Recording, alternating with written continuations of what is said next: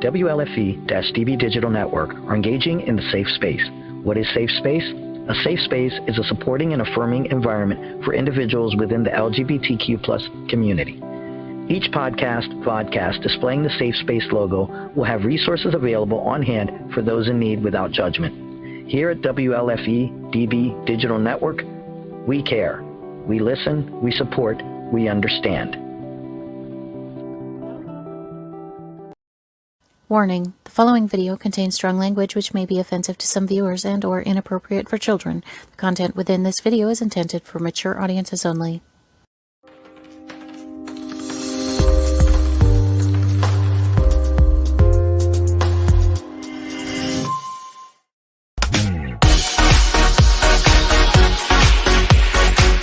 Inside the Drag Closet with Jade. Join Jade DeVere and her fabulous team of guests as they discuss all things drag, from wigs to makeup to performances and everything in between. Join us at WLFE-DV.com for upcoming shows and more.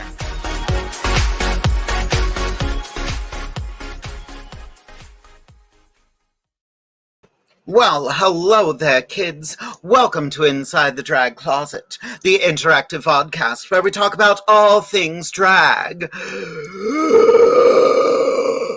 And some things that aren't. Who knows? We're really just here to have a good time. We have a ridiculous episode planned for you this evening. We're just going to keep it in-house tonight. We have the fabulous Anastasia Diamond joining me here this evening. Oh God, I just realized I have a hole in my top. That's amazing. Sometimes things don't go the way you thought they would, and that's what tonight is going to be all about. So we're going to start off pretty quickly. I'm not going to babble as much as I normally do. I am going to, however, tell you a little bit of who, what, and where. Who am I? My name is Jade DeVere. I am a drag performer based out of Central Pennsylvania. I love doing drag. I've been doing it for roughly 437 years. I absolutely love it. What am I wearing tonight? I'm doing a wonderful hat by myself. I styled this ages ago, and I absolutely love this wig. Jewelry is fancy by design. None of my rocks by Cox match what I was doing tonight. I need to fix that. I need to hit up Lolly and get some more jewelry and a nice, sensible little outfit that I got. I don't remember where I got it. This outfit's been around for a while. It happens. Where can you find me? You can find me every Wednesday night right here on Inside the Drag Closet, part of Safe Space Radio on WLFE-DB.com. You can watch us live on Facebook or on YouTube every Wednesday at 8:30 p.m. Eastern Standard Time. We already have Vicky's already logged in. Teddy asking, what's up, gals? We've got an interesting night planned for you. Patricia's watching. Derek saying hi to everyone. Derek saying I look marvelous. He's seen me like head to toe tonight, and he knows it's gorgeous woman gym shorts.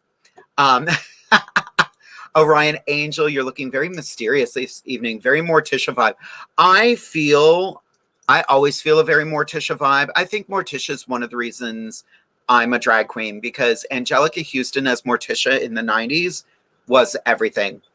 But you're not here just to watch me. I need to bring in my fabulous co-host this evening. You know her and love her. Put your hands together for Anastasia Diamond. Yes. Hey girl. Hey girl, how you doing? Let's do this. Let's zoom in on all of this fabulousness. Zoom in, zoom out, baby girl. Zoom out. All right, girl, give us a little who, what, where. Oh, hello, who, what, where? Okay, well, hello, who am I? I am Anastasia Diamond, and I'm looking in my back corner. I see some things are being revealed. Oh, girl. My name is Anastasia Diamond, and I am from Chambersburg, Pennsylvania. I am on, what am I wearing tonight? I'm wearing this lovely hat by Larry Booker. I have my mug on from all over the place. Julia's Place, Black Opal Cosmetics. We also have some minks by Carla, lashes by Carla. So I have my lashes on from her, as well as the lovely, yummy melanin lip gloss that I always talk about. I have on jewels from Lux, which are absolutely stunning. They are gold plated in the back, so you got to pay a little extra for that. And I also have this gorgeous necklace on from Rocks by Cox. Where can you find? Oh, and this outfit, girl, this outfit came from eBay like 5 years ago, and I'm surprised. I'm sitting over here like, ooh, I'm skinty. I can still fit that shit. Like, okay. And where can you find me? You can find me on Instagram at Anastasia Diamond 95. You can also find me on Cash App and Venmo at Anastasia Diamond 95. And then you also can find me in your grandfather's bed. Ooh, stroking on that catheter. Ooh, we gonna get all the good liquids out. Ooh. I was hoping that would stop, and it just didn't stop. It just no, never, ever. Oh, girl, I completely forgot to talk about my makeup. I've told you about the lip bar before, right? Yes. I just got some of their lip glosses, and I am obsessed. Ooh.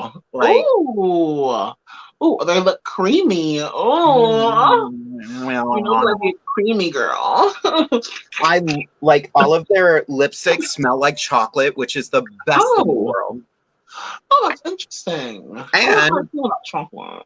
A black-owned company as well. Wow. Like their colors are just so like. Look at that! Wow, pretty.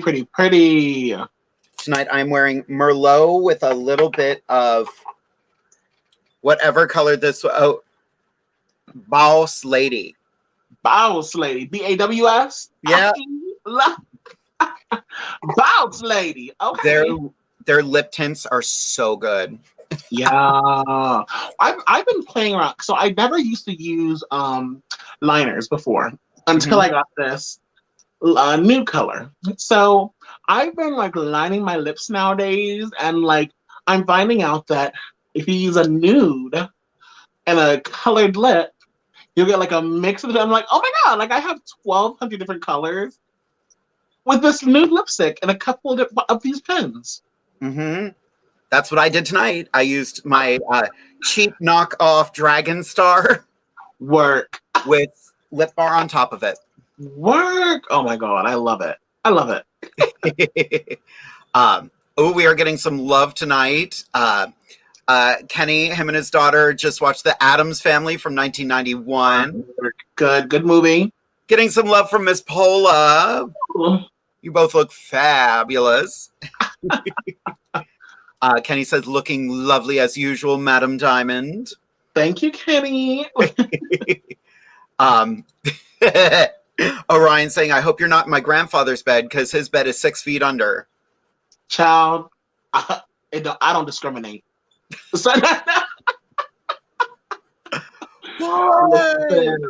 And I think Pola just summarized this perfectly. Why she gotta be nasty?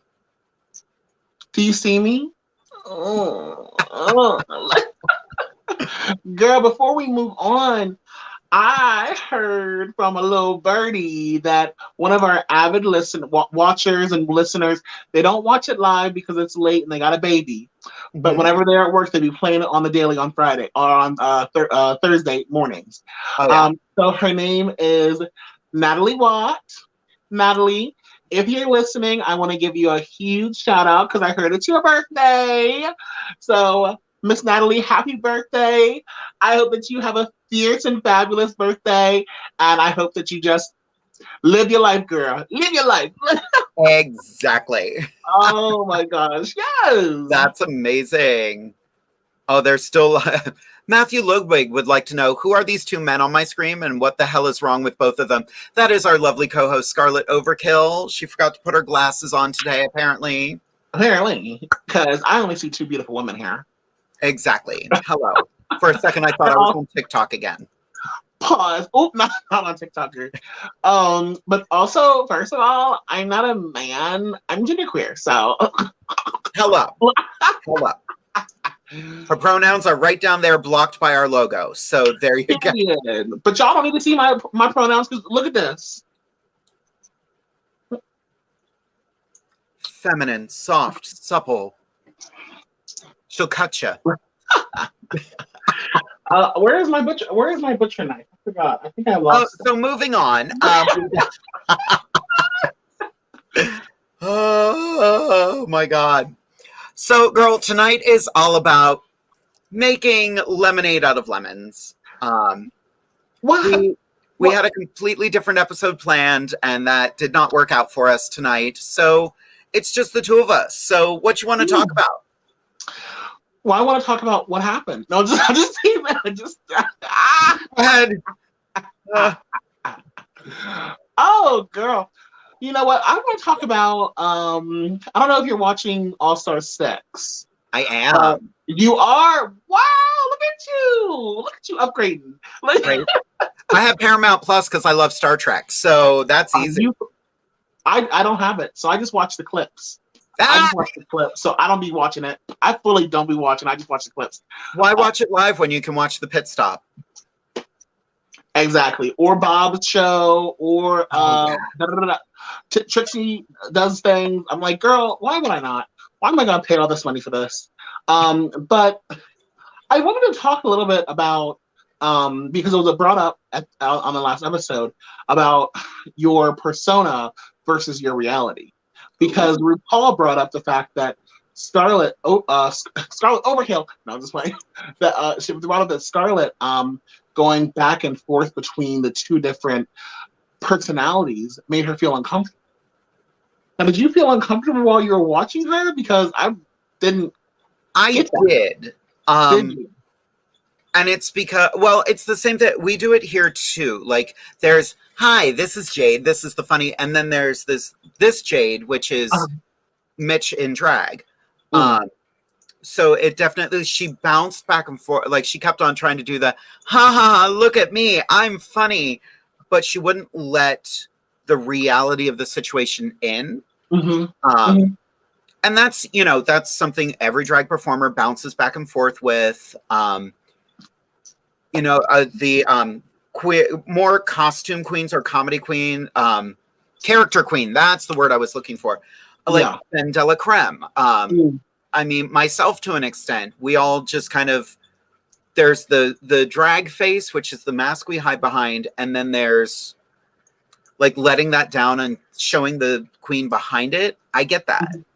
Work. Wow. You know what? That's crazy because for me, I always feel like I'm me 100%. Like whether I'm in drag or whether I'm, you know, the only difference between me not being in drag and me being in drag is a rainbow of colors on my faces.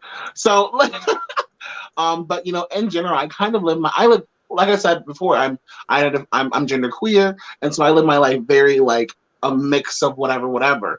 And whenever I was younger, I was in theater and I was in Glee Club, and so I've always been very flamboyant, the entertaintress, before I even had a face of makeup on. So it's interesting that you find, and you and a lot of other drag queens use drag sort of like as a mask to be able to do more or be able to act out or whatever have you. Yeah. And that's, you know, as we've been doing the show and as I did Just Ask Jade, the line has blurred a little bit. Like I speak more with my authentic voice than my character voice. I mean, I can talk like this all day and it's funny and fun and perky, but then there's that moment where I drop it a little bit. I mean, even this isn't my normal speaking voice, because my normal speaking voice is more like this. And we've had conversations like this before too. Which sounds extreme, but when I'm in drag, I feel that pressure to. I don't want to use the term passable because that's just this. No, but you could be, girl, for you know, for maybe. In the dark. Anyway, nothing. Anyway, but actually, no, JK, fully JK. But you've played female roles before. What was that? You've played female roles before, though. I have. Yep. I've done murder mysteries playing a female character. I did. Actually, the big thing that started me in drag was doing a Charles Busch play a number of years ago called The Lady in Question, where I played a man for the first scene who was trying to smuggle secret plans out of Nazi Germany. Oh my that God. character got killed, and then I came back as a 12-year-old girl. Oh.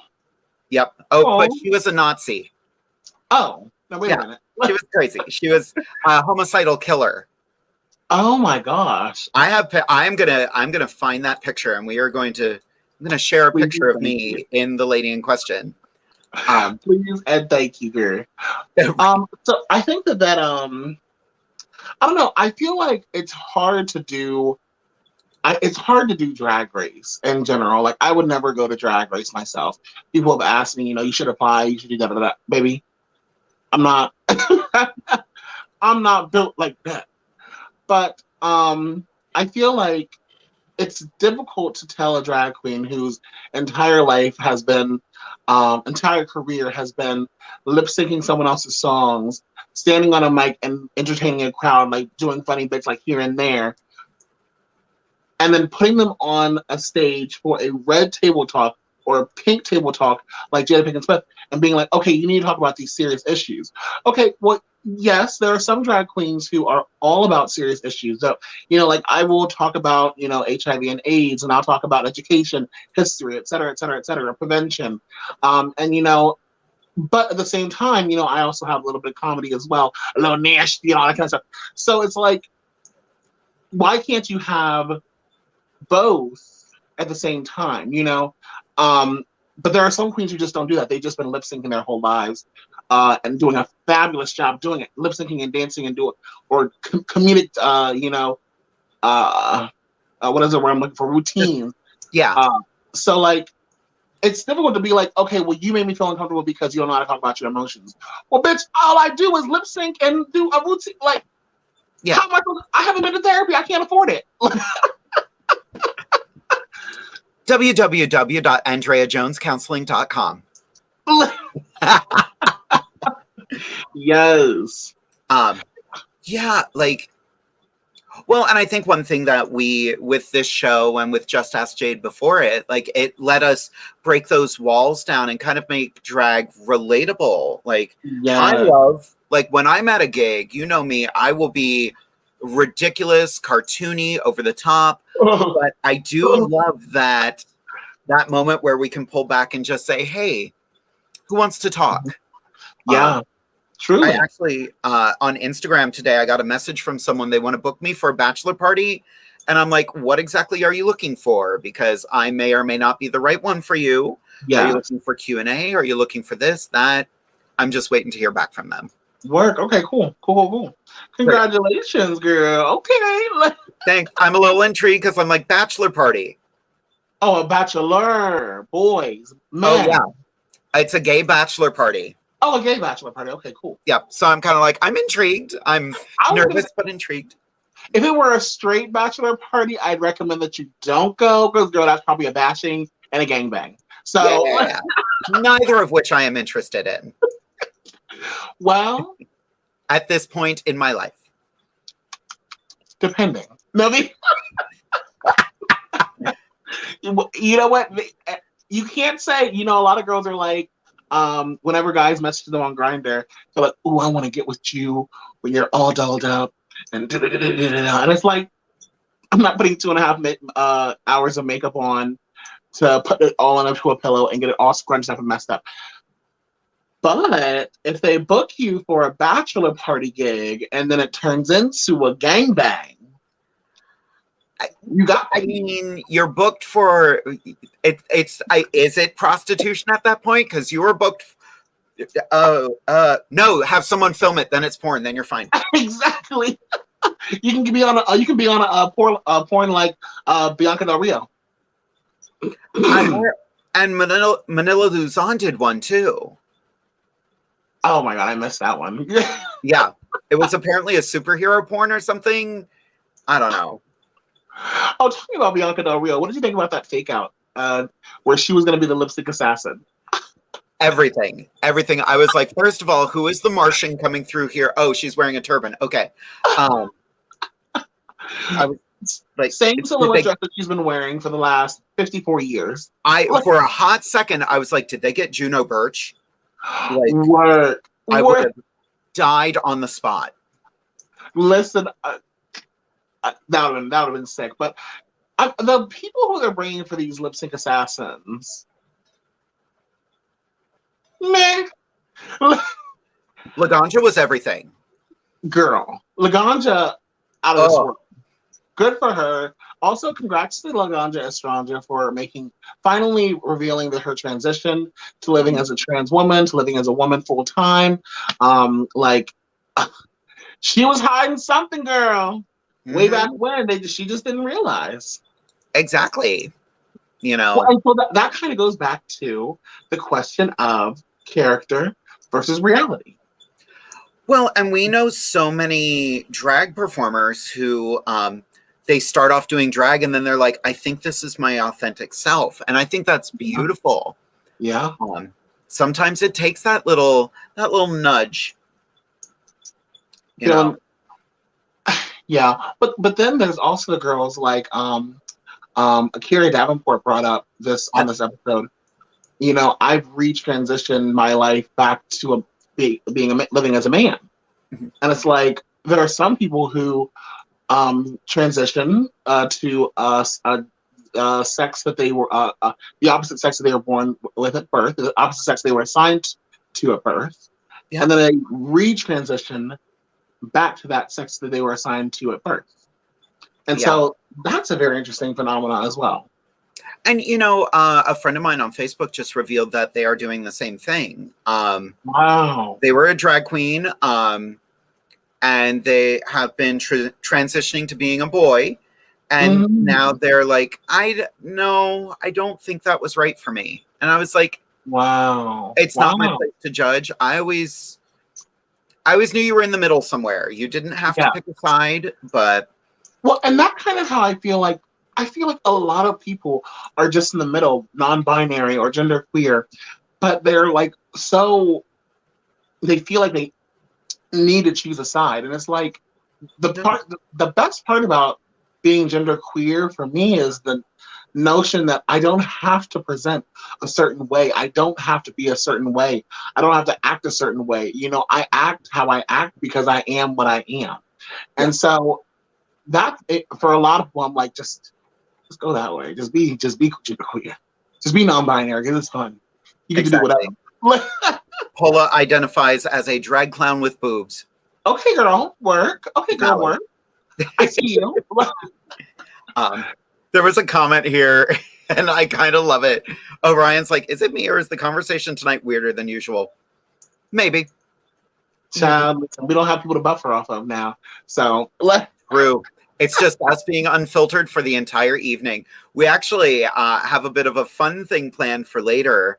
It was, let me find the exact date for this, because I used to have a YouTube series called Just Ask Jade, where people could email in and just ask me questions.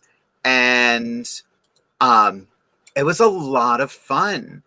But once Inside the Drag Closet started picking up, I was like, okay, we can, don't really have time to put together another show.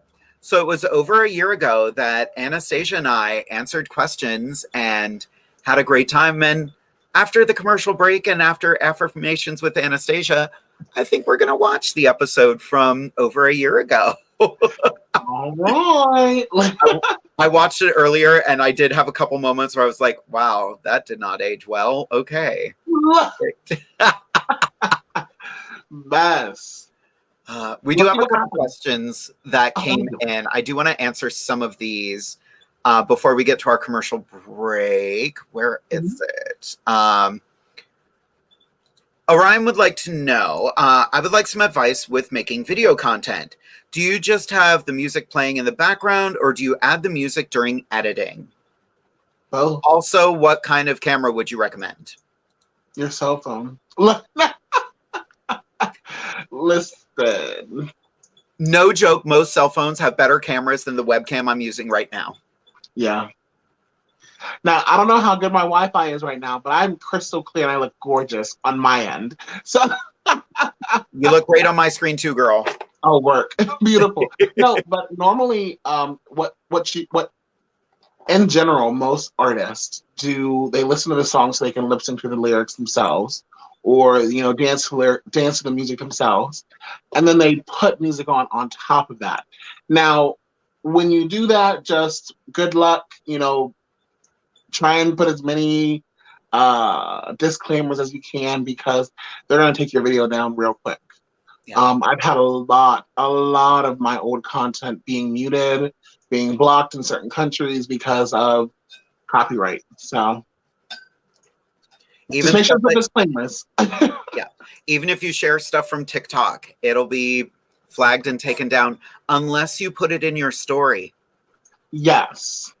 But stories don't last forever, which sucks. True. So, which for me is great. You said, get it off. Delete it. That was it? Okay, we're done. I'm curious if those bubbles that they have on Instagram, like where you can, like, they're sort of like stories, but you put them as bubbles. Oh, yeah. I wonder if you could put full performances on there. I feel like you run into the same copyright issue. Oh, okay. Probably. Yay, copyright is everywhere. I'm not making any money already. Yay, broken. Now I have to pay more. You know what, though? I am very curious. Before we jump from that, how are we able to do this? I was literally just trying to avoid that. Listen, I think about it often. I'm like, I wonder if they could come sue us, drag queens. I've done, what gig was I at? I did a gig recently, and it was a virtual gig, and they were like, so I need all of your music now because we are going to go and get the copyright for all of it. But the venue took care of it for us. So I'm like, okay. Wow. It was also a benefit show, so they could, yes, we're doing this for a benefit. What discount can you give us? Which, yes, great. Well, but I'm curious, especially for these RuPaul's Drag Race queens who are making $10,000 a gig plus. None of them are making that. Okay, a few of them are making that. Thank you, girl. The ones I have worked with are not making. Well, actually, a couple of the ones I've worked with are making that now. But yeah, that's tricky. But again, you're making that much. You can afford. Honestly, getting the rights to a song is not super expensive. Is it not? It's more than I can pay on this show. But yeah. But in the grand scheme of things, say I wanted to do a performance on the show, I think it's like $75. Oh, that's it. Yeah, but every time we do that, it's $75. So I'm like, yeah, that'd be cute, but I can't afford that. No, girl. No, not at all. It would be a private show, y'all. You'd have to buy tickets in advance. Yep. We've talked about doing something like that. We just haven't had the chance to really put it together. Although we do have a photo shoot coming up soon, and we are working on getting us all together very soon. So we're working on stuff. It's slow but steady, but we are working on it. Slow but steady. Yep. Phyllis has a good question here. This is a good one for before the commercial break. What was it that motivated you to perform drag? Go for it. Oh, me? Go first? I mean, yeah. Okay. I don't like to do a spotlight or whatever, but what motivated me to do drag was my friend Derek Burton. He was one of the first drag queens who I saw at my college, and he was like, of course, he was like an amateur drag queen because we had a student drag night, and so it was a combination of him as well as RuPaul's Drag Race Season 4, Latrice Royale, who came on, and she was a stunning queen who was a plus-size woman of color, plus-size drag queen of color, and she continues to just motivate me all the time, day in and day out. So just continuing to do better and better and better.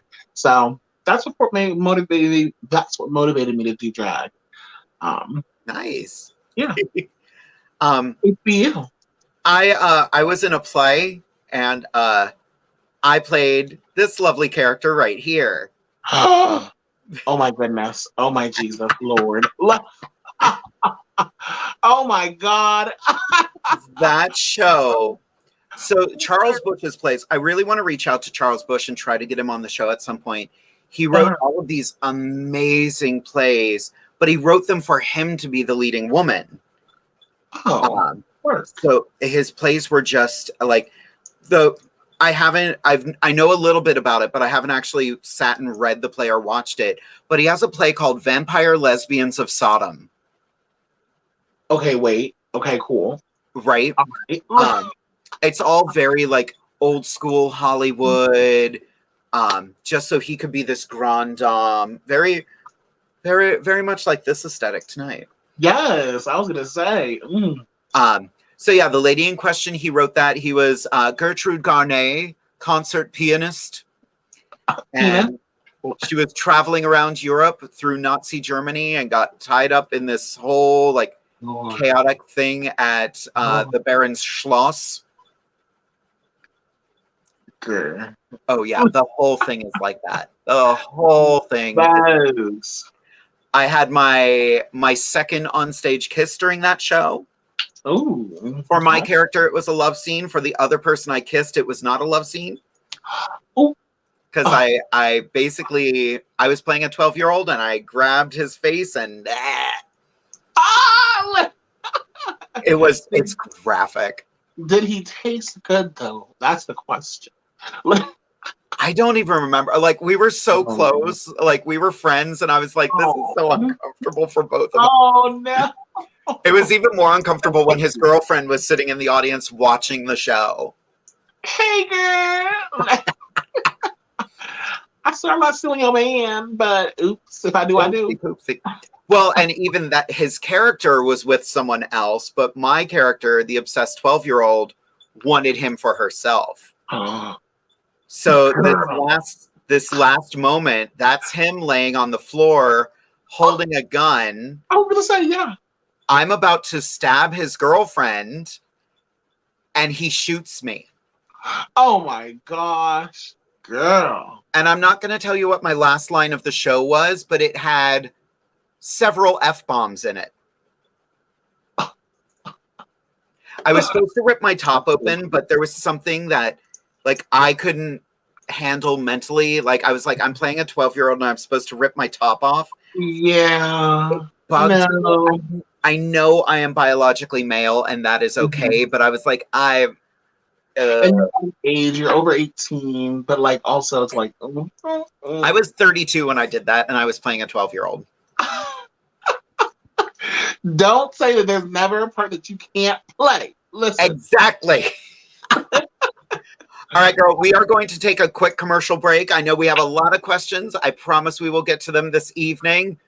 Oh, yeah, it's going to be crazy. After the commercial break, we are going to have some affirmations with Anastasia. Oh, my God, I moved us around, and now I don't know where to point. But we will be back in just a couple minutes. Kids, grab a drink, go to the bathroom, but don't go too far. WLFE Digital Broadcast Network is on TV.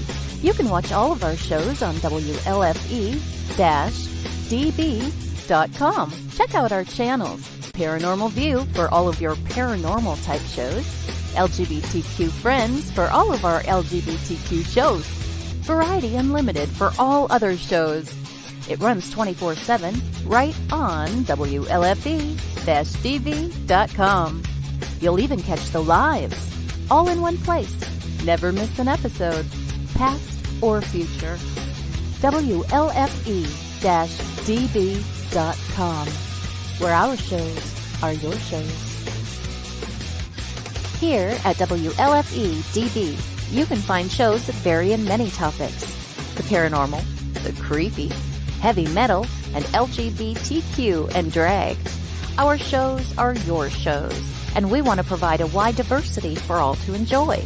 So, tune in to Facebook.com/WLFE-DB Radio. Like, follow, and share with your friends and family. Also, go check out our website at www.WLFE-DB.com. 2021 just got better. Your favorite shows from WLFE-DB Radio can now be found on Facebook Live and YouTube Live. Yes, we now video stream to both of those platforms. Search for your favorite shows like Where's My Safe, Inside the Drag Closet, Across the Pond, Everything Yet Nothing, Paratalk Radio, Step into the Paranormal, The Creepy Parlor, Just Cindy, and more. Now you won't miss an episode. Remember, follow Facebook Live and YouTube Live. Make sure you subscribe and follow your favorite WLFE-DB radio shows.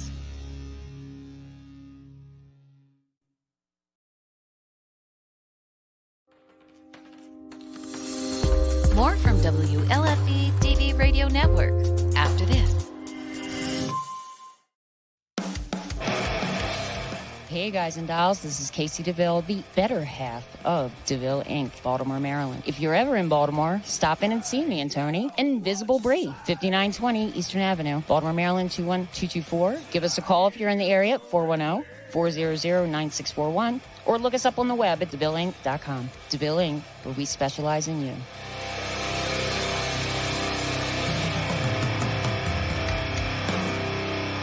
Oh, yeah. Life just got sweeter now that WLFE-DB has merchandise. Show your support by purchasing your t-shirts for WLFE, Paratalk Radio, Inside the Drag Closet, and more. But it doesn't stop there. T-shirts, coffee mugs, tanks, buttons, cloth bags, and more. Go to WLFE-DB.com. On the top bar, click on the merchandise tab, and bam, there you go. You got merch. Support the shows. WLFE-DB.com. You're listening to WLFE DB Radio. Now, back to our program.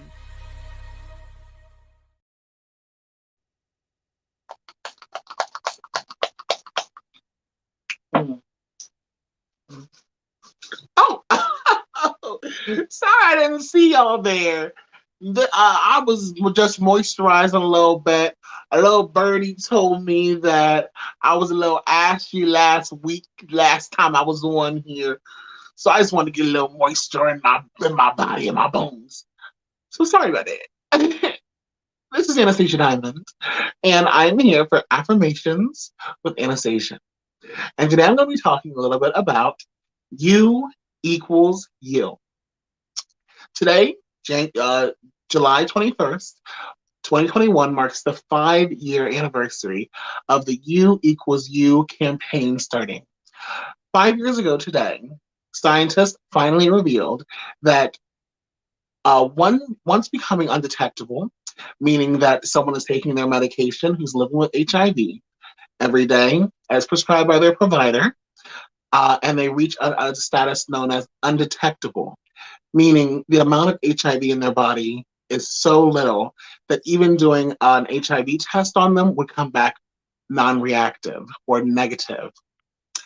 They found that once people reach that status of undetectable, the HIV is now then untransmittable, which is not a word, but it sounds really great. So you equals you means that if you're living with HIV, then once you reach the status of undetectable, you cannot transmit the virus from yourself to anyone else. You can fully have non-condom sex with someone, and you will not transmit the virus from yourself to that person. You can cut yourself on accident and bleed into someone else's wound, or a mucous membrane like a mouth, or the eyes, or the anus, the vagina, whatever have you. You will not transmit the virus from yourself to that other person. Even for breast milk from mothers, once reaching the status of undetectable, you will not transmit the virus from yourself to your child. So you equals you is something that a lot of people may not have heard of, or they may have heard of and they didn't really understand it. But there are several studies out there that prove that you equals you works. The first study is known as the partner study. Partner study was done over in Europe, and it had a great number of individuals who participated. I think it was, don't quote me because my stats are a little rusty, but I want to say that it was over 10,000 individuals who took part in the study. Those 10,000 individuals were all couples where one partner was living with HIV, the other partner was not living with HIV. So those individuals had sex without condoms while they had the status of undetectable for the individual who's living with HIV. Many of them may have had children. Many of them may have, decided to not have children. But at the end of the day, they were having sex fully, like no condom, raw dog. So this study was a study mixed of heterosexual couples as well as homosexual couples, as well as just partners in general for individuals who may identify as non-binary, genderqueer, etc. Of the many, many couples and the hundreds of thousands of sexual acts that went on, there were 0 rates of transmission. 0. None whatsoever. From the partner who was living with HIV to the partner who was not living with HIV. Then they decided, well, you know what? Let's go ahead and do a study that is specifically for homosexual couples. So they brought in a smaller community of participants, but an effective number of individuals who were going to be tested. And of all the couples who were in the Partner 2 study, 0 rate of transmission from the partner living with HIV to the partner who was not living with HIV. So those 2 studies, on top of numerous others, have led us to finally be able to declare U equals U. Undetectable equals untransmittable, meaning that as long as the person is being supported and being taking their medication, not having to face stigma that the world will surround them with, not facing hate that the world will give to them. If they are supported by their community, then it's more likely they're going to go and get the care that they need. It's more likely they're going to leave their medicine bottles out so that they can remember to take their medication. It's more likely that they're going to feel comfortable in their home because they don't have to worry about hiding their HIV status. Because now that they know U equals U, undetectable equals untransmittable, you don't have to worry about transmitting the HIV to your child. You don't have to worry about transmitting HIV to your mother. You don't have to worry about transmitting HIV to your partner. U equals U. Stop with the stigma. Stop with the hate. Show love and compassion to individuals who are living with HIV. And let's celebrate U equals U for their 5th year anniversary. So. I love that. I didn't even know that was a thing. And that's amazing. Yeah. I have known many people in my life who are HIV positive. One of my dearest friends was born with AIDS, and one of the strongest, most powerful people I've ever met in my life. He is amazing. I got to be best man at his wedding. Yes. He didn't trust anybody else to put it together. Oh. But yeah, that's remarkable. The other thing is, for individuals who are at end stage HIV, which is also known as living with AIDS or AIDS symptoms, which normally AIDS symptoms come on whenever your CD4 count, the amount of white blood cells in your body that are attacked by HIV cells. That happens whenever your CD4 count is below 200. For most folks who are not living with HIV, as well as individuals who are taking their medication as they need to and get their immune system where it needs to be, that's normally from the range of 400 to about 1,200. Anything above 400, you're good and clear. But there are individuals who are living with AIDS and they graduate back to living with HIV. As well as they can also attain the status of undetectable. Even though they're living with AIDS, it does not matter. There are medicines out there to get your immune system back up to where it needs to be, to protect you from opportunistic infections. So just because someone gets a status of okay, your CD4 count is lower than 200, showing that you're living with AIDS right now. That is not a death sentence. Stop saying that you're spreading AIDS. Stop saying that you're spreading death. Stop it. It's not a death sentence. I work with people who were diagnosed with HIV when they were like 20 or 30 in their 80s, and they're still living. They're still kicking. They're still they have fought for their lives with all these medications out here. But HIV is not a death sentence. And also, people don't die from AIDS. They die from AIDS complications from opportunistic infections like pneumonia. So get educated. Go on to sites like HIV.org. Go on to sites like PAUSE. Plus, there are a multitude of websites out there. You know, if you support us, you need to be supporting people who are living with HIV because they're amongst you as well.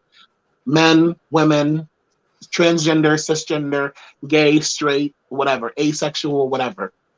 Like, people who are living with HIV are out there, and they deserve your love and support just as much. Yep. They are your friends. They are your family. They are you.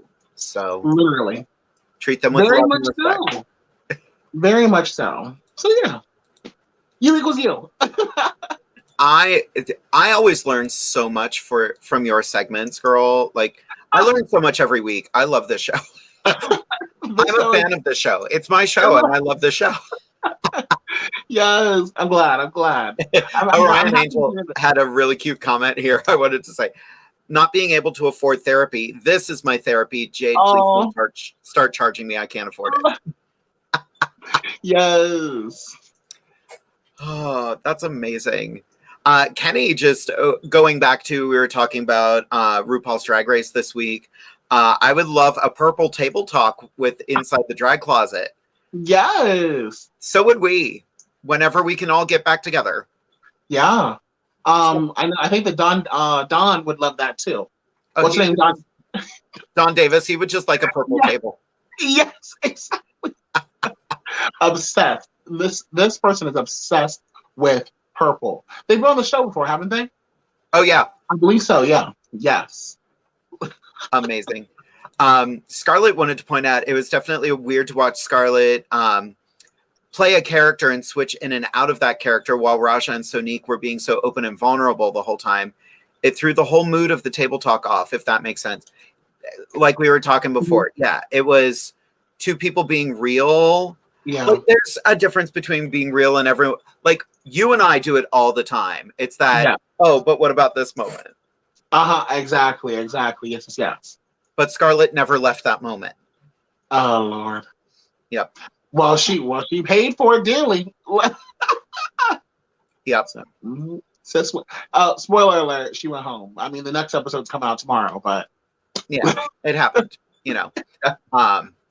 Corey has a good question here. How excited are you to be performing together again this Sunday? Not excited whatsoever. Yeah. I asked for a trailer. I'm very excited. You know, it's what songs are you performing, girl?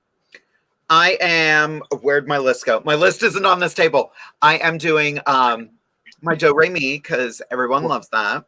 Yeah. Something in Your Eyes by Steps. I thought we're only doing 2 songs. Oh, we're only doing 2? I sent 3. I don't know. They didn't really say, so I sent 3. Yeah. I've got options now. I'm like, I'm only doing 2 songs. Okay. Those are my 2. Work. Okay, work. I am thinking about doing Get Down. Yes, I'm so glad that I'm not doing it then, because I almost did. Yeah. That's how I was like, so what songs are you doing? I think I'm gonna do Don't Lose Your Head sometime soon. That's a cute song too. Oh my god. And I love All You Want to Do. Now I love All You Want to Do for the live version that I watched, where she was really, have you seen that, where she's like, she's going through abuse in that. Truly. And like, just really, that's just the tears. And it's like, so the musical that we're talking about is called the Six Musical, the Musical. And it is about Henry VIII's six wives. Yep. And so each of the wives have their story, you know, whether it's the first wife, whatever. Yes, Catherine. Whether it's his first wife who was kicked out, was that he divorced her, or there was Catherine who lost her head, or whether it was Catherine who, like, but it goes through each of the 6 wives and their stories with them, and it kind of just it puts them in the spotlight, and they're like, we always talk about Henry VIII. Why are we not talking about his wives and his tiny dick? And so it's a really great musical. If you get a chance to watch the Slime for it on YouTube, please get into it. It's coming back to Broadway too. They're bringing it to Broadway. Yeah, it's back on Broadway, or at least it will be in September. I have so much stuff that I need to go see on. Well, before I jump into that, it's also written by a gay man. So if there's no other reason to watch it. No, it is not. Oh, it was written by a woman and a non-binary person.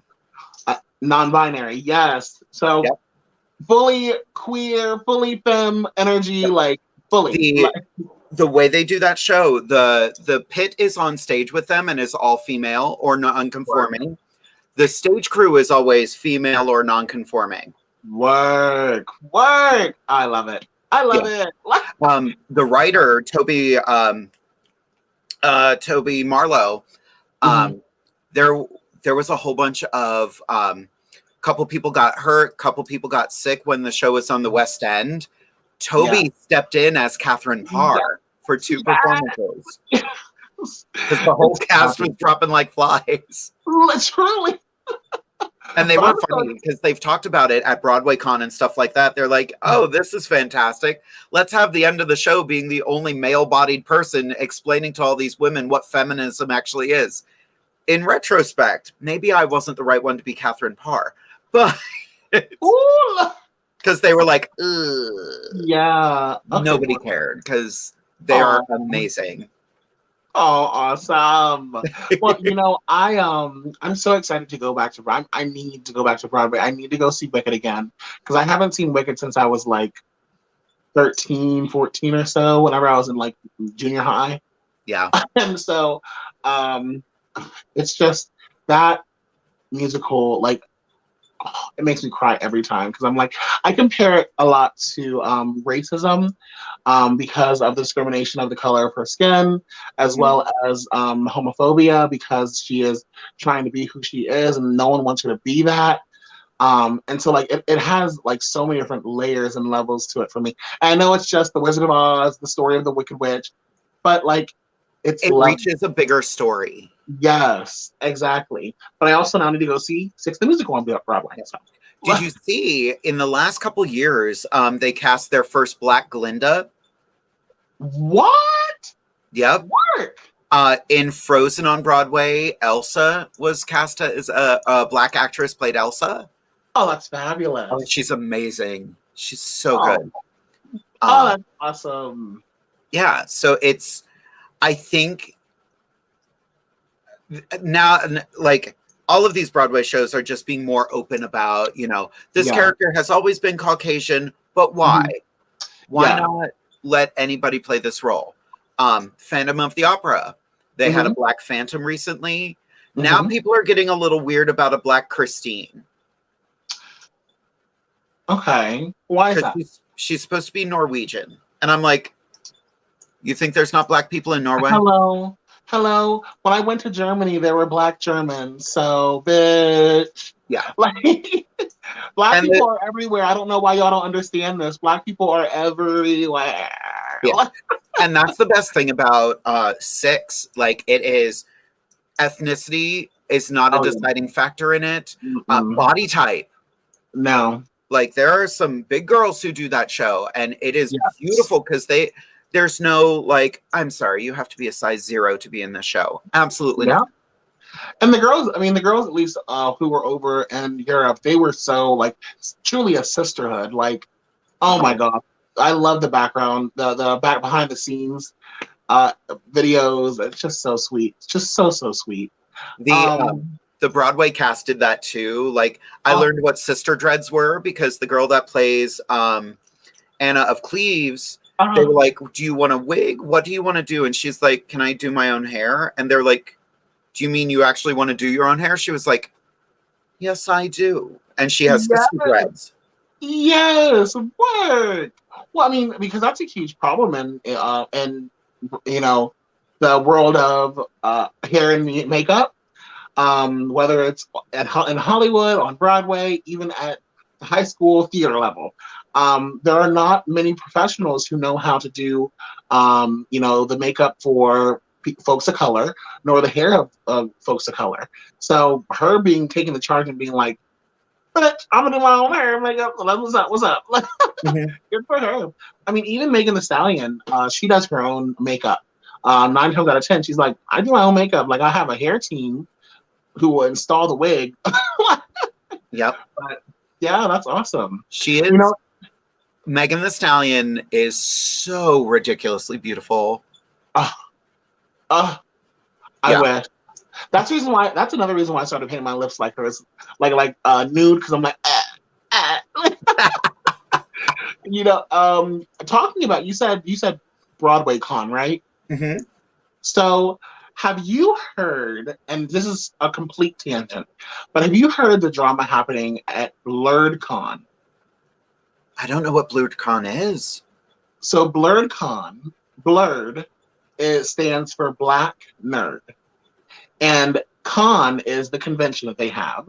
And so this was, I'm not sure which year it was, but a lot of people are just finding out about Blurred Con like this year.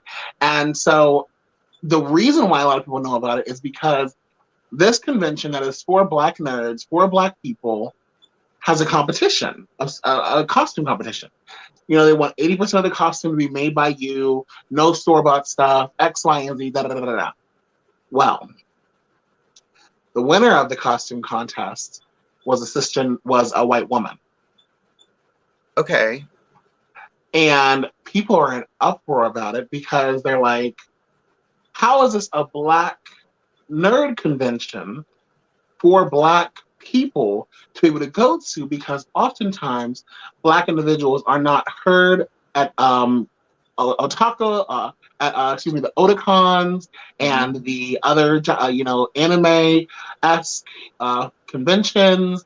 Oftentimes, a lot of Black people are harassed online. A lot of Black cosplayers are harassed online because this person's, not Black and this, that, and the third. Sort of like how we're talking about Elsa and Glinda, et cetera, et cetera.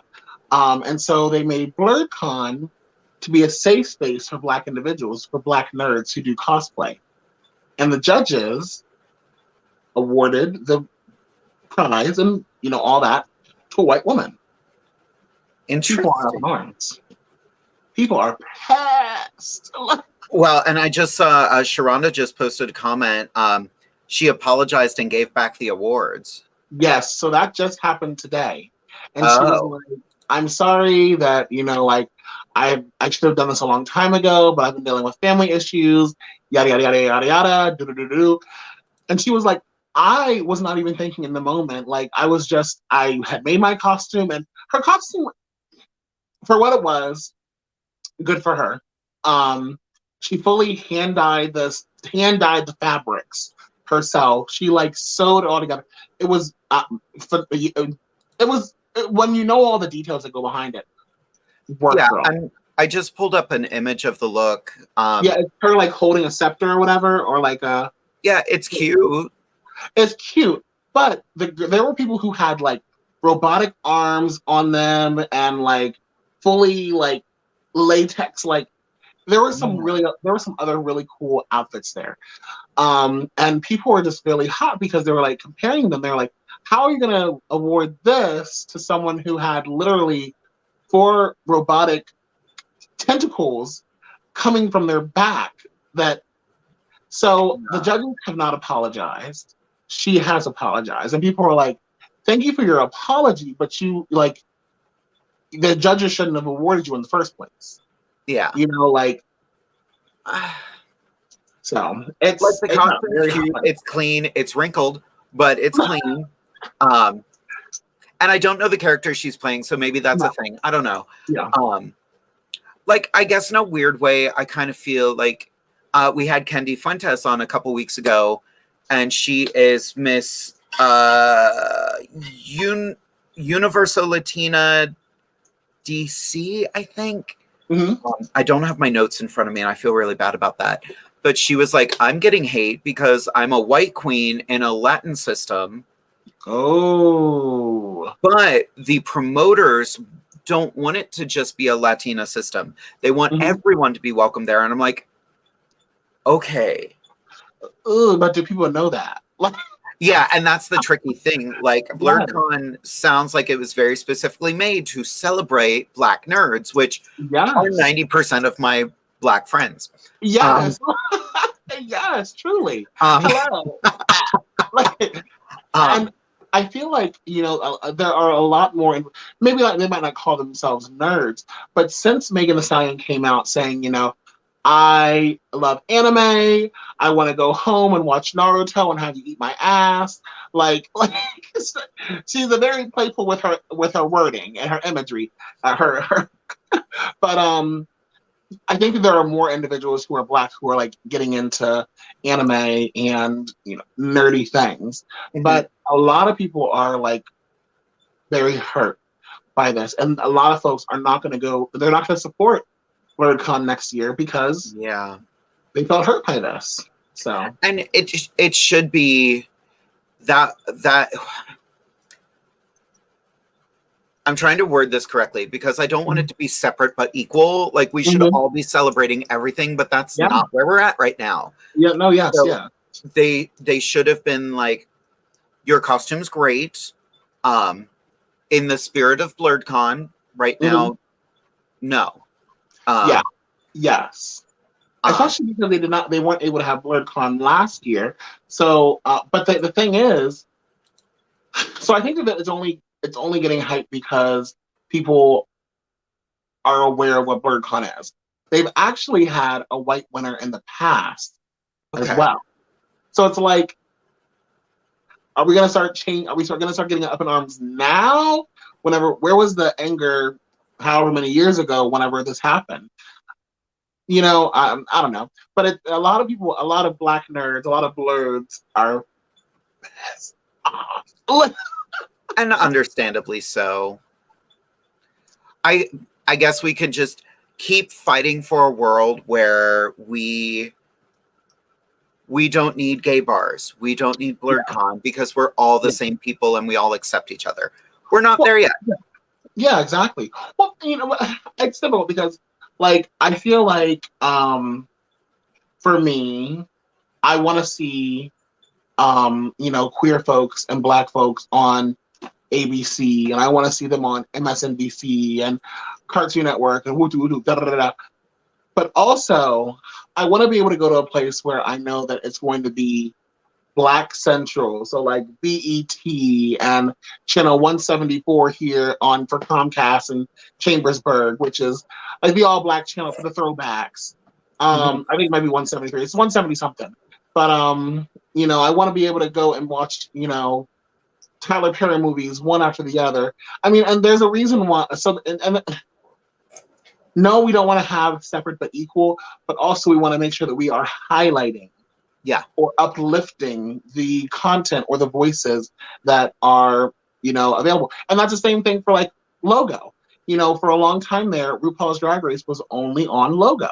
I mean, they weren't getting the money that they were getting on VH1, but but you know, that was the place to go when you knew, you know, for me, as a little queer person, that was a channel that I went to when everyone had gone to bed, and I could finally watch queer people and queer shows and queerness in general. You know, there are positives to having queer folks and Black folks and marginalized folks in everyday media, culture, etc. But also, it's nice to have a place to go to. That's true. I hadn't really thought of that because I don't think of that. You know? And I need to. I really need to. Speaking of queer shows, do you remember that show called Just Ask Jade? Vaguely. I think there were some pandas that someone made a voice for. Maybe there might have been. There just might have been. Well, I found an old episode of Just Ask Jade. Let's see. Nope, that didn't work. There we go. We're gonna have to watch it this way. So we filmed this over a year ago. We're just gonna. This is gonna be a cute little watch party. This is gonna be a bit of shenanigans. I watched it earlier and I was like, oh, maybe we shouldn't air it. But you know what? We're gonna watch this. They can find this on your YouTube channel too, right? Sure can. The embarrassment is still there. It's not going away.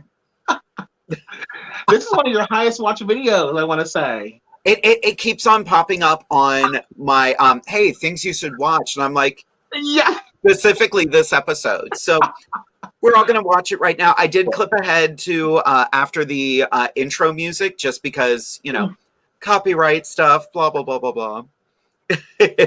So let's enjoy some of this shenanigans. So, do you have any questions for me? Girl, you gonna put me on the spot here? I sure am. Oh, it was just gonna look pretty. When does that start?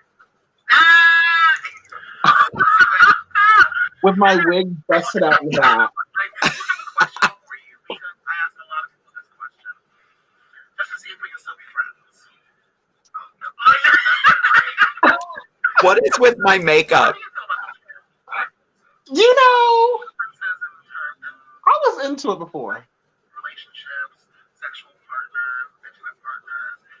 I filmed like 5 episodes this night, and I was like, let's just throw some more makeup on. Like all the abs, all this. No fats, no pills, no Asians. That's copyrighted, by the way. Is it really? I'm pretty sure kimchi copyrighted that. Oh, that's just a song, girl. Gosh. Let me just say incorrect word. There you go. I see both sides of that argument, honestly, because it, like, yes, it sucks that, like, different ethnicities are not what someone's looking for. But on the other side, people know what they want. You know, I've never actively pursued, like, a specific, like, body type or a specific ethnicity. I just happen to always be, as my husband would say, you go after chubby white guys. They have money. They have money. None of the ones I've dated have. That's just like I like a bear. I like me a bear, but I've never really thought about the ethnicity of said person.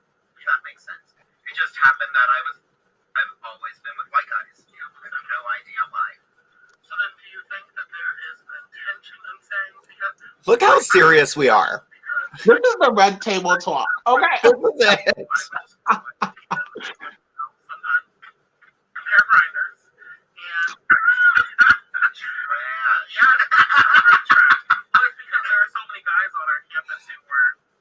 This broke my heart so much when you told me this. It's so true. If you want to pause it real quick. Sure. Let me figure out how to do that. Okay, we're good. So, actually, because Grindr has a new function now, you can see who looks at you. And for me, I will sometimes get like it like vibrates whenever someone looks at you, whenever you're on the app. And so for me, I will look whenever I go onto the app, and I'll be like, oh, someone looked at me, so let me see who it is. Let me see if they're cute, if they're worth, messaging. And I'll go back, and their profile's gone. Like, you can see their profile miniature, but their profile's gone. So it's still happening. So people are, of course, you have to go onto the person's profile, but you go onto the profile and you block them immediately. So I don't know who these people are. I've never talked to them still. But people are still, continuously like, whether it's because I'm plus size, whether it's because I'm a drag queen, whether it's because I'm black, whether it's because I smile too much, whether it's because I look a little bit too approachable, whether it's because they can't hide me under their bed because they're DL. Whatever the reason is, people are still blocking a bitch. Now, let me just tell you, I went down to Ocean City, Maryland this weekend. There was a lot of traffic. Or last weekend. There was a lot of traffic, so I was a little bored sitting there, just looking around, being like, why are we stopped? So, along the route, along the road, I decided to hop on Grindr because I wanted to see what was around. Baby, let me tell you, I am a hit in Delaware and Ocean City, Maryland. Bitches was I was like so much ding ding. It was too much. But yes, I was like, I need to move to Delaware because I'm a hit here. Wait a minute. But no, I mean, it's still a thing here, unfortunately, for here in South Central PA and Central PA. You know, I'll get people who will view my profile and they will have blocked me by the time I see who they are. So here we are. I just want to put that comment up there. Listen, how did I get here?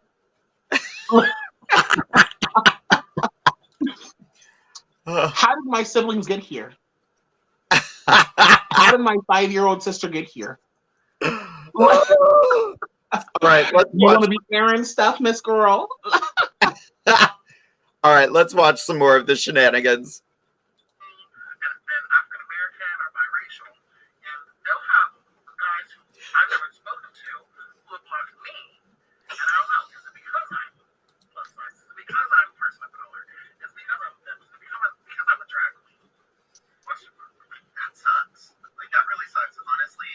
That made me so glad I'm not in the dating game anymore. Like, I don't have the strength or the time. It made me hate people. It makes me hate men. So, I mean, I'm just saying.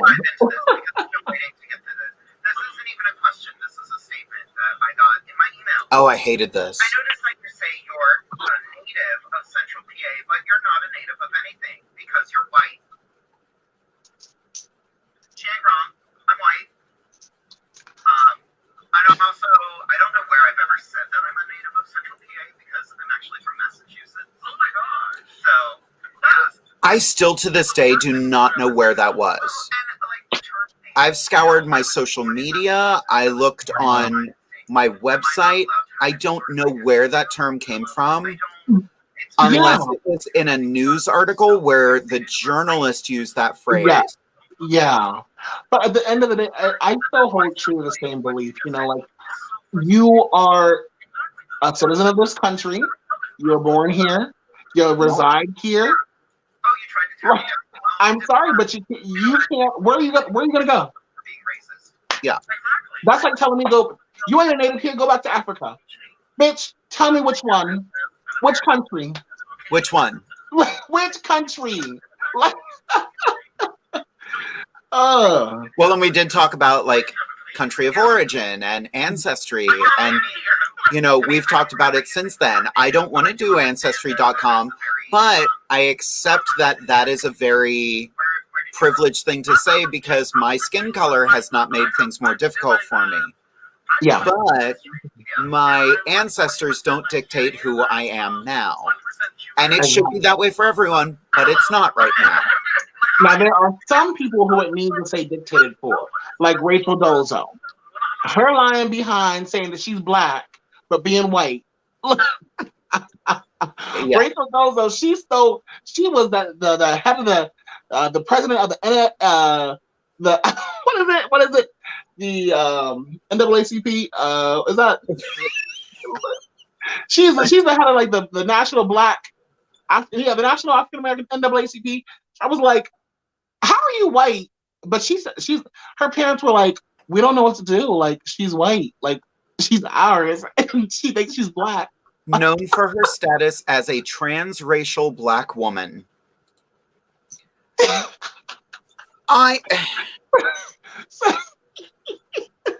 She was an instructor in Africana Studies at Eastern Washington University. I mean, okay. At least she educated herself about it. You know. But, like, transracial? That is a term that people are using nowadays because the term transgender has, been a very hot button topic, it's like a buzzer word. People are now like, okay, you can be trans anything. So I'm transracial. I look white, but I'm actually black, or I'm actually Hispanic or Asian or whatever. And it's like, baby, yeah. This not how it works. Exactly. Oh Lord. Oh, all right. Let's keep this disaster going. Oh, and that was when you let us know you were part Jewish. 1%, and they took that away from me. No way. Oh, here it is. Because I don't care that much. Honestly, like, I like who I am. Yeah. Why does where my ancestors came from have anything to do with who I am now? Exactly. I just did it because I was, just a little curious to see if I, could get any scholarships or anything like that. But you are. Run me that money, college. I dropped out of college. Smart. And I've been working in my field ever since, so game on. Go. You have one more question for me? Oh my goodness gracious. Okay. These were so much fun to film, by the way. I know you do. This is another question that's revolving around race. It's almost like there was well, I like to talk about race a lot, and I like to talk about sexuality because everyone is so afraid of it. Because you're a sexual woman. I mean, did you see my article from Chicago? I didn't. Oh, wait, I heard about it. Calling bingo, which is remarkably inappropriate. So if you're going to book a drag queen to host a bingo, hello, it's a dude in a dress pulling your balls all night. Oh, my God. Okay, about that statement. We have learned and we have grown since then. All good. Right. I actually it wasn't until I started doing I guess this was more so. I think I was at that point in time identifying as genderqueer, but it is what it is. I hadn't come out about it yet, so. But there are a lot of drag queens who are not, don't identify as cis men. So a lot of times, a lot of people will say, like, oh, there's just a bunch of dudes in drag, just a bunch of men in dresses, and I'm like, no, Not always. not always. Well, and that's why, like, even with this show, that's why I always start with "Hello, kids." Yes, inclusive language. What was that? Sorry, hon. Inclusive language, it's everything. Words matter. Exactly. There was this wonderful article I posted on Facebook today. Guy working at Target insisted on having his pronouns on his name tag. Yeah. He's a cis guy, and he was like, he, him, his. Yes. Let's make this conversation normal. It is awesome that Target is doing that. I wish that more organizations would implement pronouns for name tags. I mean, because even at Keystone, where I currently work, we don't have pronouns, and it's like, I work in the field of HIV. I work with trans individuals. I work with non-binary individuals, and I'm like, and we struggle with pronouns. So like, everyone should have their pronouns on their badges. Yep. Everyone should know why they need to have their pronouns on their badges, especially the 60-plus-year-old women who are doing STI tests need to understand. So yeah, that's cool. Exactly. All right, let's keep going. Oh, Lord. So, I was sent a post from a couple of people on Instagram, and it was the top male homosexual adult stars. Okay. And of 2019, top searches on different sites. Oh, God, this is 2019? All the adult film stars were old. This was before the plague. Perfect bodies. There were no trans individuals. There were no feminine men. There weren't men of any kind of side, any diversity of side. You sent me that picture, and I was just like, wow, they all look alike. Cute. Just alike. They're like twins. Well, I guess that just goes to show, like, in this country, that we still have a long way to go. And if something's different, it's loved, but not completely yet. And part of the reason I started this show is to let everyone know they are loved. No matter who you are. Very much so. Yeah, I love that message. Thank you. Yeah. Just made that up and pulled it out of my butt. Why? Okay, I hope you had a fun time, Anastasia. I'm so glad you were here on Showcase Jade. Thank you for inviting me. I hope you're going to be on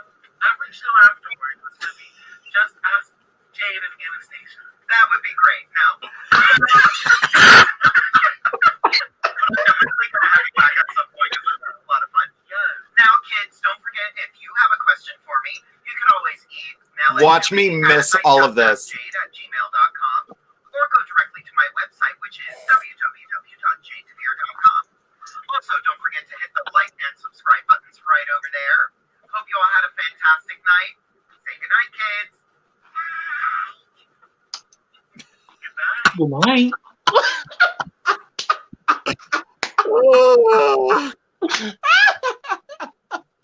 Yes.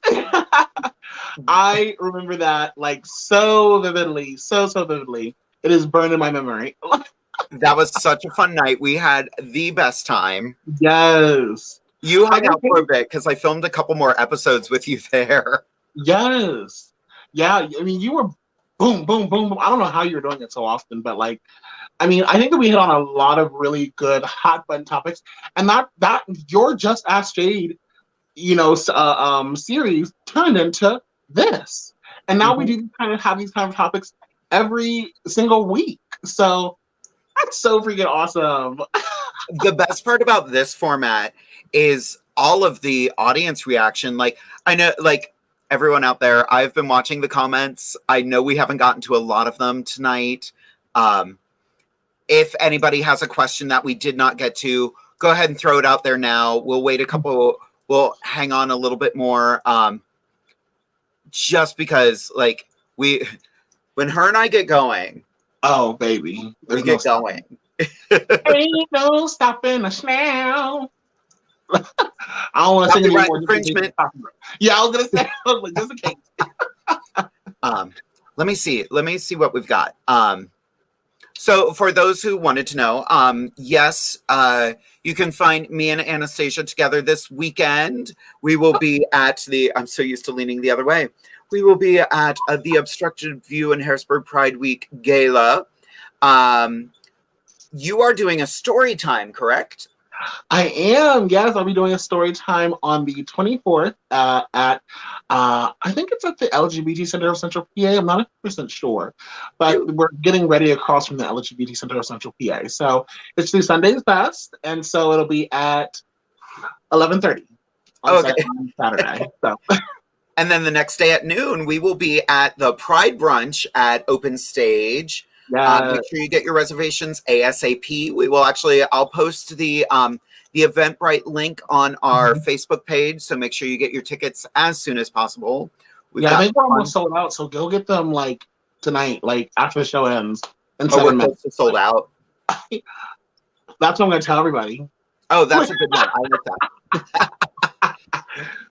Wonderful. On Saturday, I will be at the All Ages drag show at Stallions. That starts at noon. I don't go on until 2:55, so if you don't show up till then, I understand. No, I'm kidding. Go out, support everyone who will be there. It is a non-smoking event, and if I catch you smoking, I will not be quiet about it. We've had people do it before. They're just like, I always smoke here. And I'm like, no, not today. This is not the time. Yeah. No. Before we get into some last minute questions, my husband has a helpful drag tip for us. Oh, lovely. Are you ready for this? I think so. I hope so. Oh, it's a good one tonight. I like this one. Derek's helpful drag tip. When the cost of drag begins to get in the way of paying for real life, then it's time to reevaluate and or take a break. You can always come back, but make sure you are taking care of the person behind the makeup first.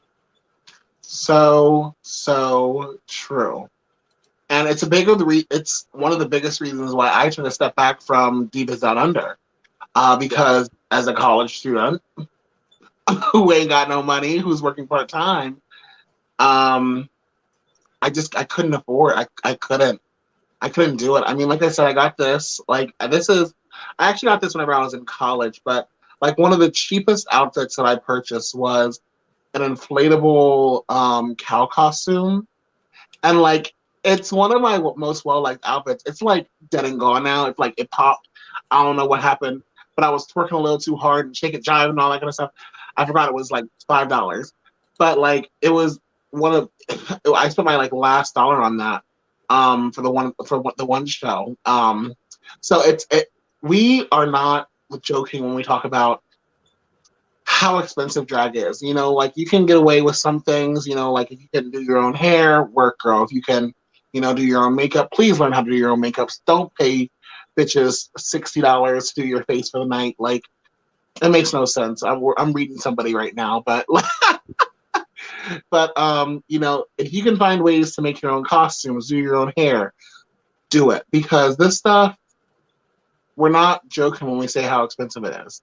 You know, I have my friend Miss Vita Face who just started drag, and she's like, "Well, I didn't realize it was gonna cost that," and I didn't realize. I said, "Bitch, you watch the show every fucking week. Like, we talk about it every week how expensive drag is. You're gonna need something new every time, especially if you're doing a show at the same venue. You're gonna need new costumes every single time because, bitch, we got people who come back and they're gonna be like, that again. I took a picture with you in that last time." Like, yeah. Like, I will freely admit I am recycling a number. I have done it at almost every gig I've had, but I have not had a gig in the same location for the last month and a half.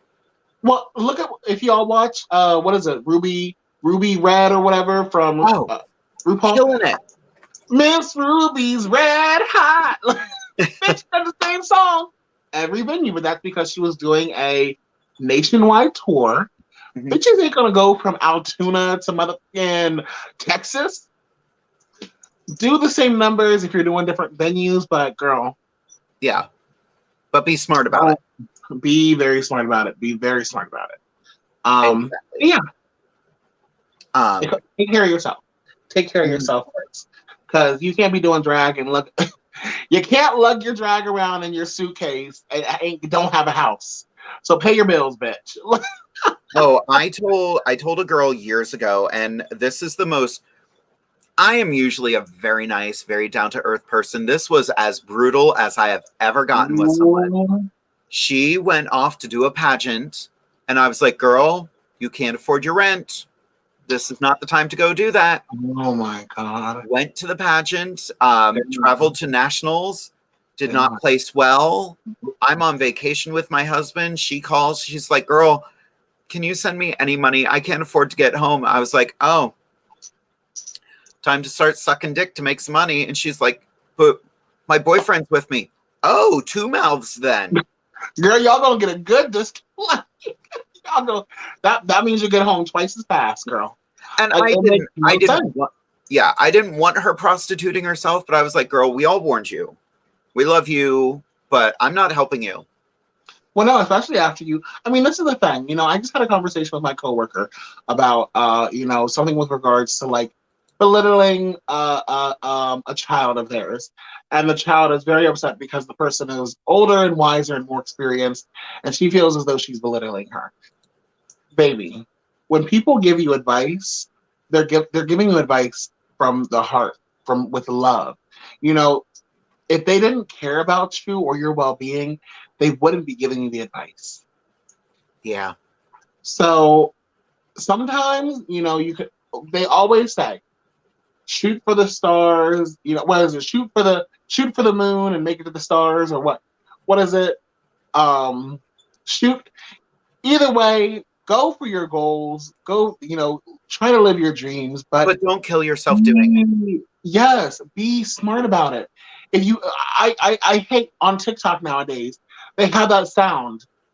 If you're thinking about leaving your job, do it. Do it now. Do it. Cut your hair off. Do this. Do that. And it's like, bitch, take a moment to breathe and understand that you comforting or coddling your inner child.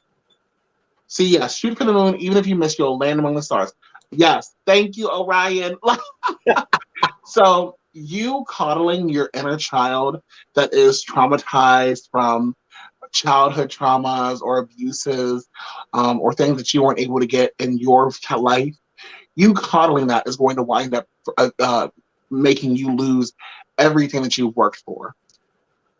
If you have the ability to get into therapy, go see a therapist, talk your traumas out, because there are oftentimes reasons why we do these kind of things. You know, reasons why we might have a manic episode where we just buy, or fill our credit cards up, or X, Y, and Z. And it's like, love yourself enough to take care of yourself on all levels, whether it's mental health, whether it's physical health, whether it's financial health, and so many, many other things. Take care of yourself first.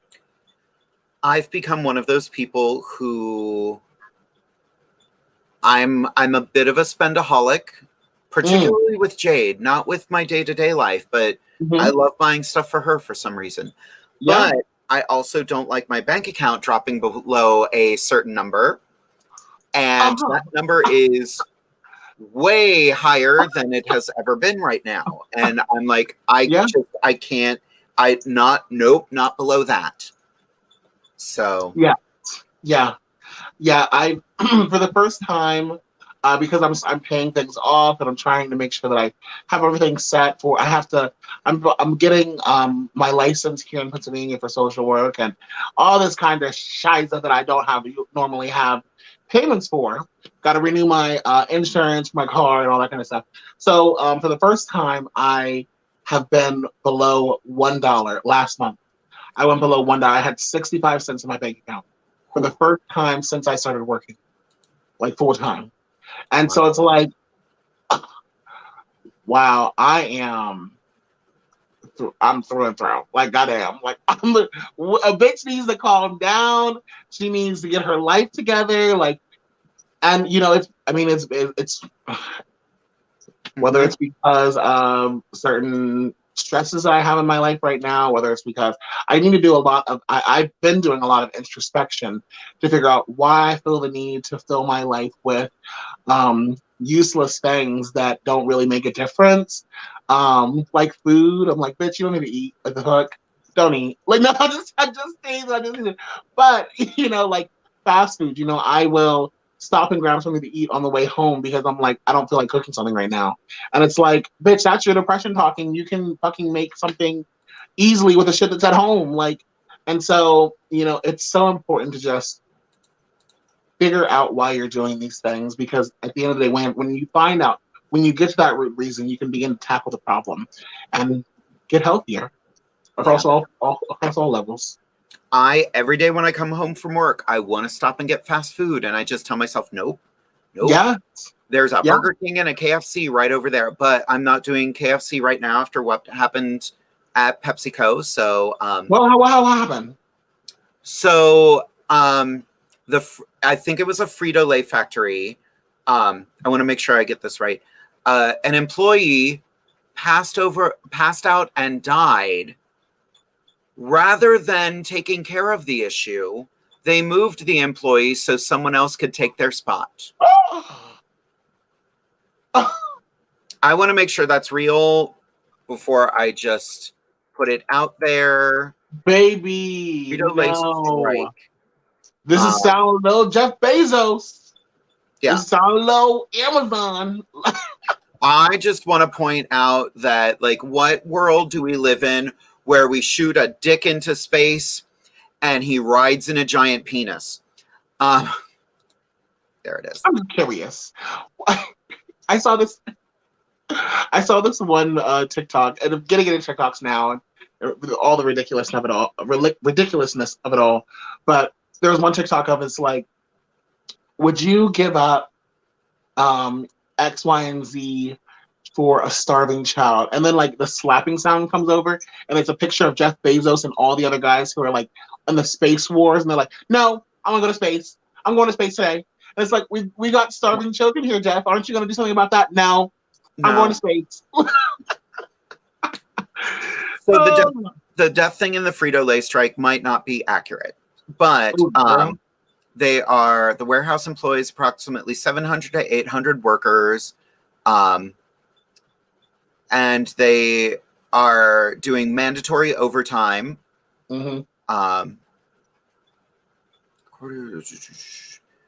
Sorry, I'm trying to very quickly read the Wikipedia page. But yeah, the reasons for the strike, per the union, was that employees were working as many as 12-hour days up to 7 days a week under mandatory overtime. Wages have been stagnant for 15 years, and the new contract only promises a low merit increase of up to 2%. some union members said that their wages had only increased 77 cents per hour in the last 12 years. What? Strike away, kids. Strike away. Listen, and that's Pepsi Cola? Yeah. PepsiCo? Yeah. Damn. Why do I have to boycott everything? Like everything. Right. What do you do? Drink my spit, swallow my spit. Goddamn. I mean, that's what you pay other people to do. Well, you're right about that. Anyway. So, okay. We have a couple quotes. We are 5 minutes over, and we keep ignoring the questions. Oh, so I keep forgetting where we are. Right, we're just having a good time. So, not to interrupt, but do you all use fake nails, paint your own, or a mix of both?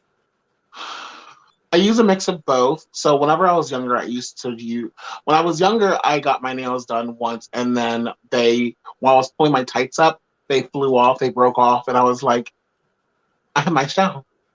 What else to do? So then I tried the fake nails, and like those are cute for the moment, but like it's really bad for your nails, especially because I have them on for a night, and then I'm like breaking them off late, like the day after, because I have to. Well, at least whenever I was younger, I was doing that. More so now, I probably would just leave them on. I think I did leave them on for a moment, and like I have some really cute videos that I made up with my nails on, but we ain't gonna get into all that. And so then for a minute there, because I saw Jade doing it, I painted my nails, but I didn't really like that. So then I purchased nail gloves. So I have nail gloves, but I don't have them on right now because I just forgot about them, to be honest. But yeah, all of them. Yep. I will wear nails for pageantry or if the situation really calls for it.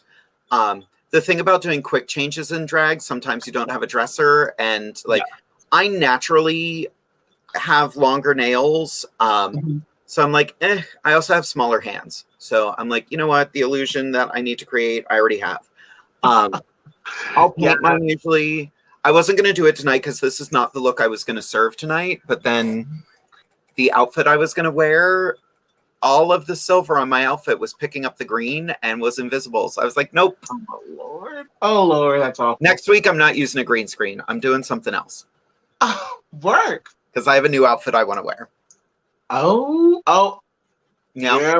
Are we all wearing the outfit? Oh, my God, we should. That'd be amazing. It'll be a coat. Oh, wait, no. That's before the photo shoot. It is. I don't care. Oh, girl. All right. All right, okay. Amethyst wore hers for a gig. I saw that, and I was like, I did too. Girl. I wore Scarlett's for a gig.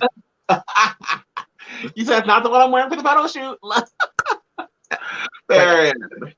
All right, next question. Did you all style your wigs tonight, or did they come that way?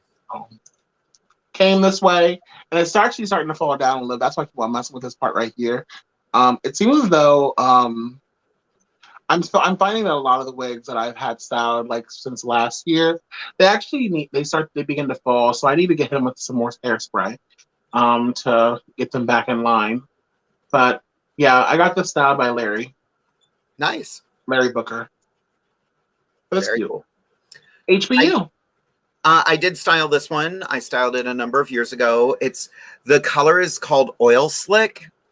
Because it's got bits of purple, blue, green, and red in it. And I was like, this, but victory rolls. It looks phenomenal. It looks sickening, to be honest. It does not move. Like, this is a helmet. Yeah. Like, she has a little bit of smush. Uh-huh. That's exactly how I like my wigs, bitch. Don't get in my face. Like, just stay there. Exactly. Jamie Angel wants to know, are there ways to make core outfits with different layers and accessories? Absolutely. I think that is a great idea, especially for you. That way you can bling up your wheelchair too. Oh, yes. Yes. Just add stuff to it. Like have a good base layer. And then usually when I'm in drag, I have panties, a corset, and a bra, and I just switch what goes on top of it. Exactly. Yep.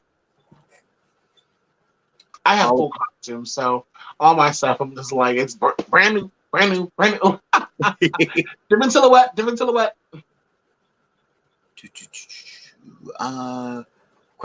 Poor Alicia. She's been asking questions the whole time, and we just haven't been stopping. Alicia, that's on us. Right. Oh my gosh, I've been saying something, asking a question as a reply to someone else. Oh, as a reply to someone else, that's probably why it hasn't been coming up. Oh no. Oh, awkward. We'll see whenever we go review the chat. Right. Orion Angel wanted to say, I have to say, one of the things I love most about the show is that everyone feels real. Jade, Anastasia, Amethyst, Scarlet, everyone. It doesn't feel like you're forcing a character. You're real, honest, and down to earth, and I love that.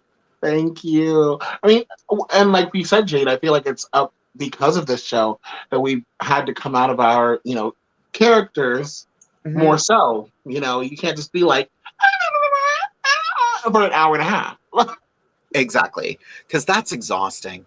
It really, I was, after the first couple of shows, like I was really like tired. I was like, damn, like I just sat there. But you're on. You're like at attention the entire time.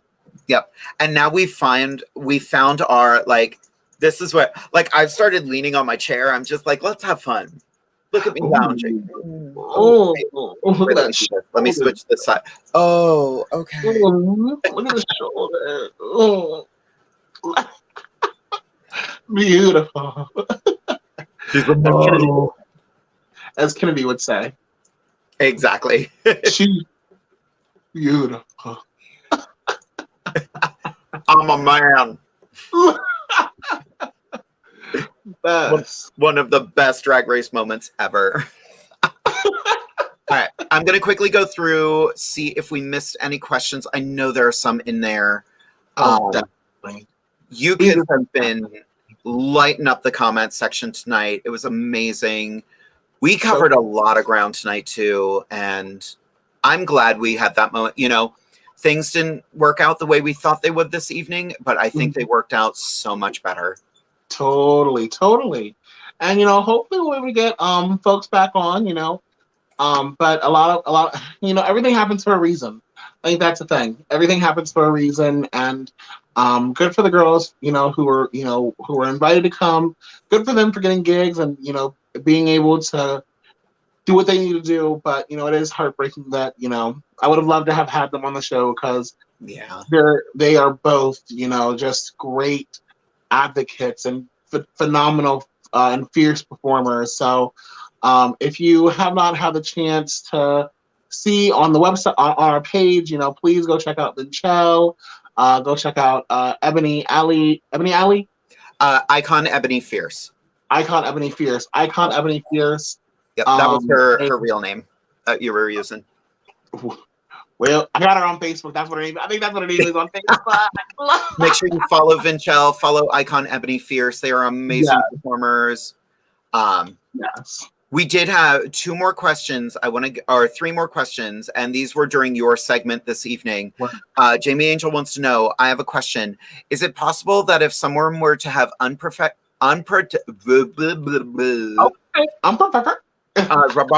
unprotected sex with someone who is HIV positive, could the untraceable, untransmittable person be reinfected? So please wait. Is it possible if someone were to have unprotected with someone who is living with HIV, someone else who's living with HIV? Okay. I get it now. So also, words matter. So I don't want to, I just because it's been said a couple of times here tonight.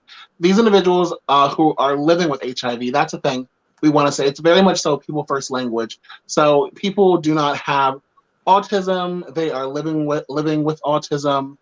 They're living with they're living with diabetes. They're living with, we want to make sure that they were putting people first language because people are not HIV. They're not their diabetes. They're not their obesity. They're living with obesity or they're living with HIV, etc.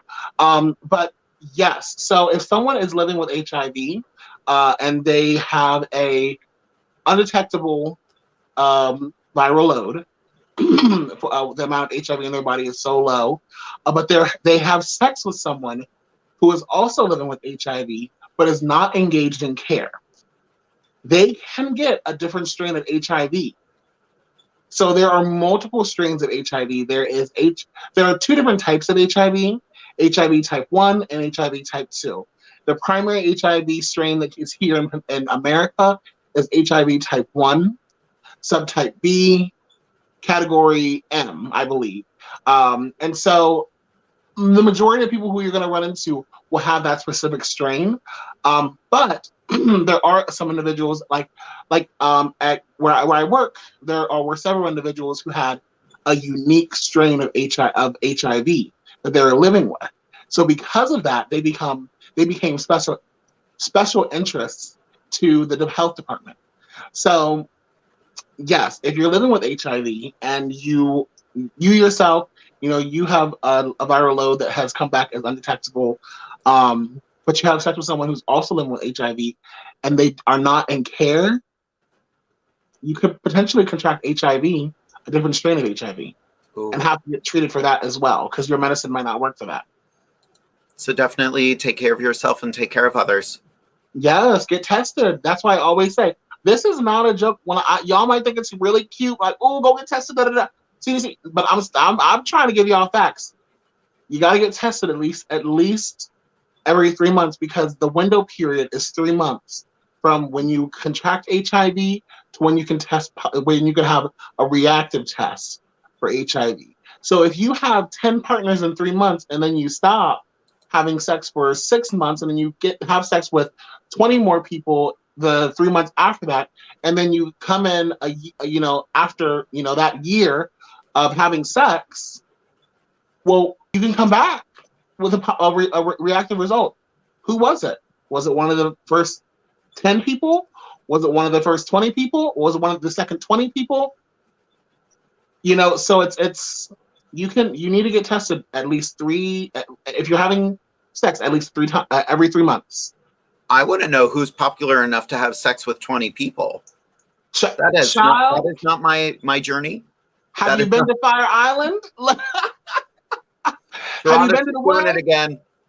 Listen, you've been to the woods, girl. I saw the pictures. I have been to the woods. That was a life experience.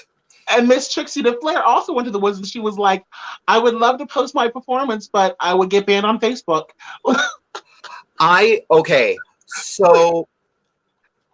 This is a quick tangent, and then I promise we're going to wrap up. They sent me pictures of my performances at the woods. Word. And literally, I'm looking in these pictures, and I'm like, where's all the dick? Oh, no. These photos are like the perfect angle. Granted, some of them I was like, ooh, that's more dick than I asked for. But a lot of the photos that they sent me, I'm like, I can post these on Facebook. Work. Okay, work. Cool. Some of them I could not. Like, whoever that photographer was a miracle worker. Truly. I was apparently blocking all of the wangs, and the wing dang doodles, and the vulvas, and the bosoms, because there was vulvas and bosoms as well. Work. Okay, cool work. Yep. Alrighty. So we have gone almost 20 minutes over our time now. So I think this is a good chance to wrap up. Anastasia, do you have any last words of wisdom for the kids who are still watching? Yeah, of course. Hey, you know what? If you all didn't get a chance to get your question answered, please feel free to shoot it to our inbox here at Inside the Drag Closet, especially if it's HIV related. I have a great deal of, I try my best. I'll give the best answers that I have. I have been an HIV outreach worker. I've been an HIV case manager. And, moving on, actually this coming Monday, I will start doing prevention prep work. I'll be doing prevention outreach and education. And so this is something that is near and dear to my heart. It's something I'm very passionate about, if you can't tell. And so if you have any questions about HIV, about AIDS, about opportunistic infections, et cetera, hit up the Gmail, or even feel free to shoot us an inbox text or an inbox message. Or if you have me on Facebook, Instagram, message me there. I'm more than open to chatting with you about HIV or drag related things. Other than that, go get tested. go get tested. Go get tested and get the COVID vaccine if you haven't gotten the COVID vaccine, if you're able to. I know that a lot of individuals are living immunocompromised, or they have another. They're living with some kind of a what is it called? They're living with some kind of a condition, pre-existing condition that where they cannot get the vaccine. So, if you have the opportunity to get a vaccine, get vaccinated. Get vaccinated. Please get vaccinated, because I'm over it. We're over it. People are dying still. People are still dying. And it's all unvaccinated people that are dying. Get vaccinated. Get yourself tested. And also, one more thing, the HIV vaccine is coming out. There's talk of an HIV vaccine. So don't be afraid of the HIV vaccine like you're afraid of this goddamn COVID vaccine. Get vaccinated and take care of yourself. That's me. You are such a fountain of wisdom, and I'm so blessed to have you on the show and in my life as one of my dearest friends. I can't wait to perform with you soon. Yes. When are you making your Divas Down Under comeback? September 3rd. Awesome. I can't wait to see you. It was supposed to be next week, but then I guess the 6th or whatever. But then the people who I'm going on vacation with, I told them, I was like, I'm going back to Divas Down Under, and they were like, that's the day before we go on vacation. I was like, oh. How long is the trip down there? They're like 8 hours. We're leaving at 6 o'clock in the morning. I was like, yeah. Well, but yes, I'm super excited. That's going to be so much fun. You can catch me August 6th at Divas Down Under at the Harrisburg Comedy Zone. Make sure you get your tickets soon. The show sold out last month. We are back to sold out shows. Don't wait until the last minute. Get them now. You can find that information on Facebook. We would love to have you. Make sure, if this is your first time catching Inside the Drag Closet, you like and subscribe to our Facebook page. I love that we have more people subscribed than likes. I'm like, 125 people don't like us. Well, 6,000 do, so I'll take it. Exactly. No, my favorite thing is there's the one picture of us that is like the animated picture. And every now and then we'll get notifications of like, this person liked this picture. My favorite thing is the laugh reactions. I just invite them to the page. I'm like, invite. It's my favorite thing to do. Oh, yeah, completely. Well, kids, make sure you're taking care of each other. Make sure you're taking care of yourselves. Like Anastasia said, get vaccinated if you're not vaccinated already. Get tested if you have not been tested in a while. Love each other. Spread love and joy. Don't try to tear each other down, and take care of each other. And until we see you again, good night, kids. Good night.